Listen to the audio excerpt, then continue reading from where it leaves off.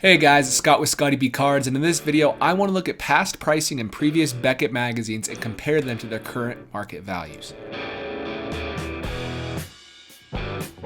I was going through my closet this last week and I found about probably 100 Beckett magazines from my childhood. I used to always read the Beckett magazines. My favorite part of the entire thing were just the hot lists. The hot list is a list where you can see what cards are most popular and that are going up. It's a really fun thing, but it's interesting to see what cards were hot that month of a particular year in that magazine and where the current values are, good or bad. You know, there's cards that have dropped 95% in value. There's cards that have gained 20,000%. And so in this video, I want to show you a few of the magazines I look through and kind of what we can expect for the future. So let's just jump right into the first one. The first one is 2005. So this is my first oldest Beckett magazine. I was 10 years old and you can see who people are prospecting. People really loved Ryan Howard in 2005. He was awesome. They liked David Wright. They also liked Albert Pujols, Joe Mauer, Francisco Liriano, Matt Kemp, Justin Verlander, Alex Gordon, there's even Prince Fielder. Here's Jared Weaver and people I've never even heard of. Some of these cards, like this one right here at number 20, is an air card, at least I believe. And same with this Alex Gordon. They're air cards. They're rare. And I put this at the same value as where it was at in this magazine just because I couldn't even find one for sale on eBay. The Alex Gordon actually sells quite a bit more, which you wouldn't expect because it's Alex Gordon and he's a good player, but not anything crazy. But overall, you can see a lot of misses on these prospects. There's some great ones. David Wright had a Hall of Fame path going, then he just all of a sudden couldn't stay healthy at all in his mid-30s, and it really lost it. Well, even early 30s for David Wright. Trying to make a comeback, just didn't work. The Albert Pujols is looking like a steal because, went from 3,200 to almost 14 grand. That's a 334% return. And then you have the Alex Gordon. That's a 1,500% return. Those are the biggest risers by far. The Joe Mauer, the raw cards still go for about $150 like you can see here, but the average PSA 9 or BGS 9 goes for $200. It's about the same what you would actually pay for it back then. And the other big riser was the Justin Verlander Bowman Chrome. I like to say they did hit on some good cards in the hot list from 2005.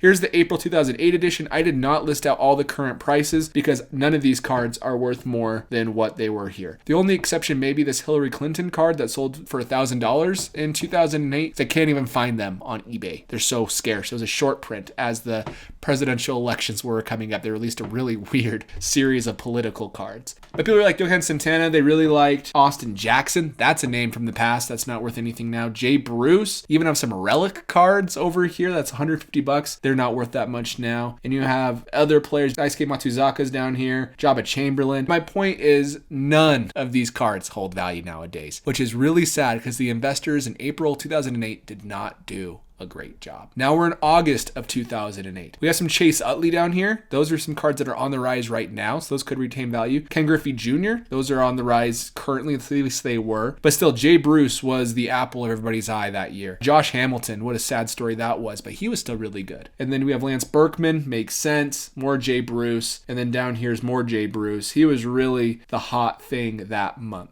Down here on 17th through 20, no one else of note. So another rough month for collecting. In July of 2010, we're starting to see some of the stars that are currently active. We have Giancarlo Stanton, Bryce Harper, Steven Strasburg. This Bryce Harper nowadays is still extremely undervalued. If you're looking for a card to pick up, those USA first Bowman Chromes of Harper are really good. Robinson Cano, another sad story, multiple steroid user, got caught twice. Stanton's Bowman Chrome autograph, it's probably worth right around 75 to 100, so that's basically the same. Steven Strasburg's not worth this much. Starlin Castro, didn't realize he was that big of a prospect because I wasn't really collecting prospects in 2010, but not worth that much. Same with over here, Jason Hayward. So you're starting to see some success. Austin Jackson's still another failure of a prospector. He was a good player, but he wasn't a Hall of Famer like everybody expected him to be. And because of that, his cards have not been worth much for a while. Now we're in 2010. Now we have Albert Pujols back on here. That's a great card worth a lot more there. We have the Derek Jeter, the foil card, which is fantastic. That's a great one to have. And more of Joe Mauer and Giancarlo Stanton and even Roy Halladay. So a little bit more success, but still some busts. And this is the one that kind of made me want to do this whole video. Everything looks normal. Bryce Harper, he was really hot in March of 2010 at $150. He had some more. Aroldis Chapman thrown 100. Really one of the first players to do that consistently. Bryce Harper USA patch autograph. And then you scroll down to a lowly prospect selling for $12.50 to $30 named Mike Trout. Mike Trout turned out to be a pretty good ball player, and I would say his Bowman Chrome autograph is worth significantly more. A BGS 9.5 is probably around $25,000. A PSA 10 is probably around $30,000 to $50,000. So overall, the people who took this 1 month magazine and did successful for March 2010 good job. Even this Buster Posey's pretty good. And then you have this random Andre Dawson rookie card. You can see card number 10 was worth $11 in the first issue of Beckett. It's still worth $8 to $20. I don't know why that call out was so important. But regardless, this one made me laugh as I was looking through these magazines. Most of these are terrible investment pieces, but every once in a while you have a diamond in the rough named Mike Trout. And then I want to talk about the most recent Beckett I purchased. This was April of 2019. I haven't had one for a while, but regardless, this one did a lot better. It makes you wonder if we're getting really, really good at predicting who's going to be good, or if it's just because there's recency bias involved.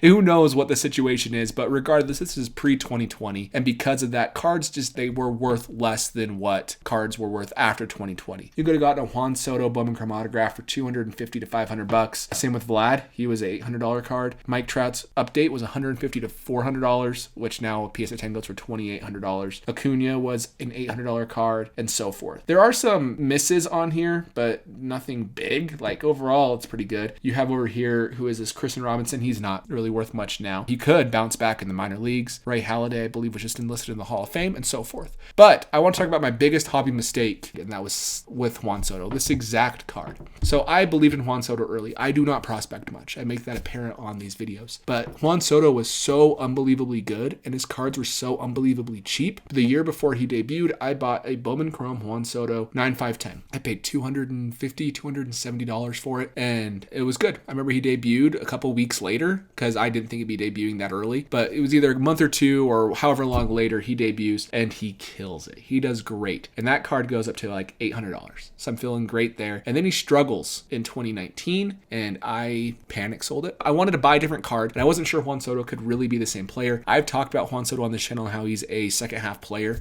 pretty consistently, but I sold it for $500, and now that card's around $4,500. So that's my biggest hobby mistake, I would say, but still fun to go back and see my thought process in this time. So anyways, guys, that is it. I just thought you might have as much fun as I did looking at these magazines and comparing these players to their current values. If you enjoyed this video, give it a thumbs up so that way it can get to a bigger audience. And other than that, I will catch you guys in the next video. See ya.